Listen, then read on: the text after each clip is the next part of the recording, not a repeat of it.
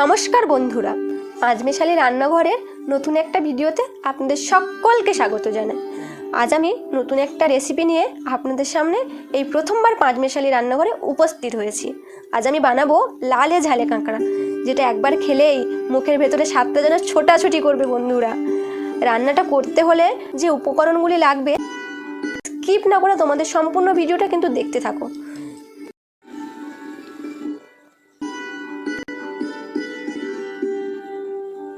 আমি কাঁকড়াগুলো এখানে ভালো করে পরিষ্কার করে ধুয়ে নিয়েছি।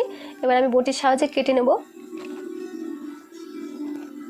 আর কাঁকড়াগুলো না একদম জ্যান্ত ছিল, যার জন্য কাটতে একটু অসুবিধাই হচ্ছিল আমার। কাঁকড়াটা এত শক্ত ছিল যে আমি হাতের সাহায্যে খুলতেই পারছি না।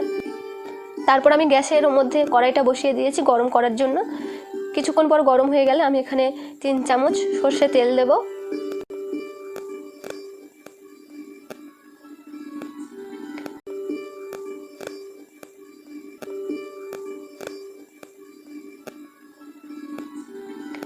তেলটা অল্প গরম হয়ে গেলে দিয়ে দেব 5 ফোড়ন।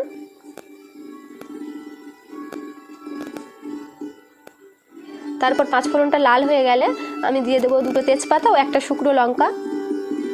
ওটা একটু লাল হয়ে ভেজে এলে তারপর আমি দিয়ে দেবো পেঁয়াজ কুচি রাখা, যেগুলো আমি রেখেছিলাম পেঁয়াজ, সম্পূর্ণটা দিয়ে দেব।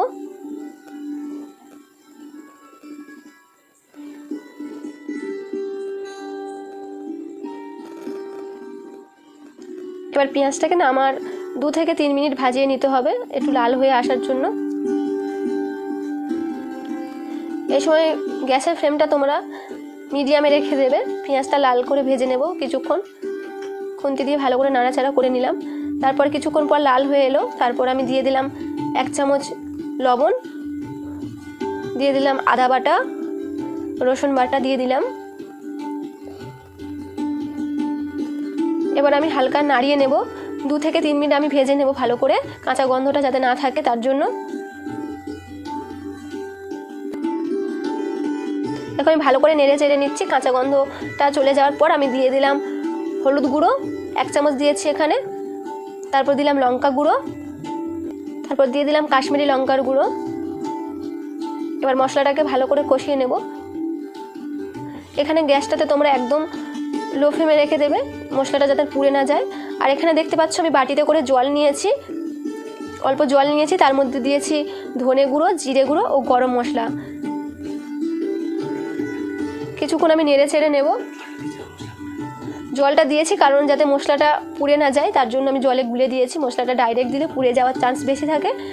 এরপরে দিয়ে দিলাম স্বাদ মতো চিনি। দেখো আমার অলরেডি কিন্তু কালারটা কত সুন্দর চলে এসেছে।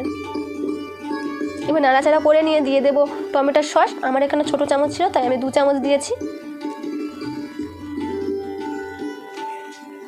এরপর আমি তেল ছাড়ার অপেক্ষা করব কিছুক্ষণ। দেখো আমার তেলটা সম্পূর্ণ কিন্তু ছেড়ে গেছে। এরপর কেটে ধুয়ে রাখা কাঁকড়াগুলো দিয়ে দেব। কাঁকড়াগুলো একটু হালকা নেড়ে চেড়ে নেব। কাঁকড়াগুলো করে না ভালো করে কষিয়ে নেব আমরা। দেখো কিছুক্ষণ নেড়ে চেড়ে নিয়েছি, খুব সুন্দর একটা স্মেল বেরোচ্ছে বন্ধুরা। আর দেখো আমি কাঁকড়ার খোসাগুলো দিয়ে দিয়েছি। তোমরা হয়তো ভাববে যে কাঁকড়ার খোসা কেন দিয়েছি, কারণ আমি গার্নিশিংয়ের জন্য দিয়েছি এবং খুব ভালো করে পরিষ্কার করে দিয়েছি। আর আমি না অফ স্ক্রিনে আলুটাকে ভেজে নিয়েছিলাম, আলুটা দিয়ে দিলাম। এবার আমি ভালো করে নেড়ে চেড়ে নেব। আর খুব সুন্দর স্মেল আসছে, তোমরা যখন রান্না করবে অবশ্যই বুঝতে পারবে। আর দেখো আমি এখানে 5 কাপের মতো জল দিয়েছি আলু ও কাঁকড়াটা সিদ্ধ করার জন্য।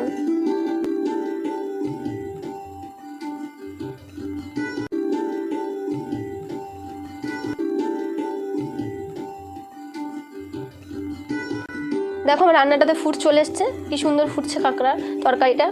এখন থেকে লোভনীয় লাগছে, খুব সুন্দর স্মেল বেরোচ্ছে বন্ধুরা। দেখো আমার ঝোলটা একদম শুকিয়ে শুকিয়ে এসছে, অল্প হয়ে গেছে তরকারিটা।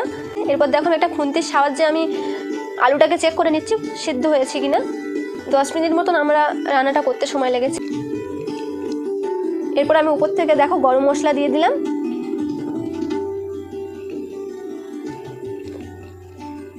এবার আমি হালকা নেড়ে চেড়ে, রান্নাটা আমার একদম কমপ্লিট হয়ে গেছে। এবার আমি নামিয়ে নেব।